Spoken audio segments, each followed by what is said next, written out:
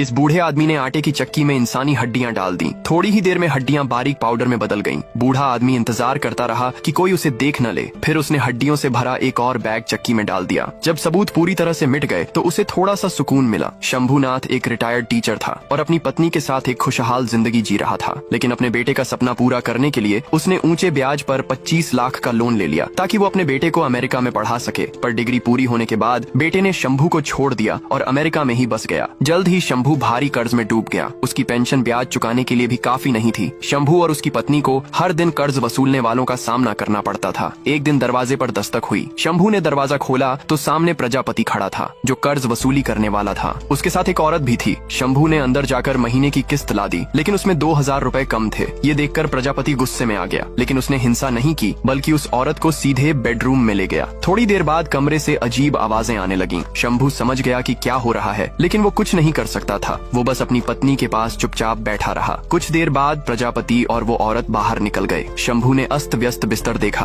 उसे पता था कि प्रजापति ने उसे अपमानित करने के लिए यह सब किया था पर उसे कर्ज तो चुकाना ही था, इसलिए वह अपना गुस्सा पी गया। कुछ समय बाद उसकी पत्नी बीमार पड़ गई। शंभू बैंक गया और जो भी बचा था उसे निकालकर अस्पताल ले जाने की सोची लेकिन जैसे ही वह बाहर निकला प्रजापति ने उसका पैसा छीन लिया। शंभू को बहुत गुस्सा आया लेकिन वह कुछ नहीं कर सका। प्रजापति ने उसे और भी अपमानित किया। उससे नौकर की तरह अपनी गाड़ी धकेलवाई। शंभू दुखी था फिर भी वह दयालु बना रहा। वो अब भी उन गरीब बच्चों की मदद करता था जो स्कूल की फीस नहीं भर सकते थे। वो उनके जन्मदिन के लिए केक तक खरीद कर लाता था। लेकिन एक दिन प्रजापति उसके घर में घुस आया और कहा कि वह कर्ज चुकाने के लिए यह घर बेच देगा। शंभू और उसकी पत्नी के पास इस घर के अलावा कोई और जगह नहीं थी पर प्रजापति को इससे फर्क नहीं पड़ा। उसी वक्त प्रजापति की नजर घर में पड़ रही एक छोटी लड़की पर पड़ी। उसने उसे बुलाया और यूं ही पैसे दे दिए। तभी शंभूनाथ को एहसास हुआ कि प्रजापति की नीयत उस लड़की पर खराब थी। शंभू मदद के लिए पुलिस के पास जाना चाहता था लेकिन जब वो पुलिस स्टेशन पहुंचा तो उसने प्रजापति को पुलिस प्रमुख से बात करते देखा। पुलिस अधिकारी की नजरों से ही शंभू समझ गया कि यहाँ से कोई मदद नहीं मिलेगी। उसी रात प्रजापति शंभू के घर में घुस आया।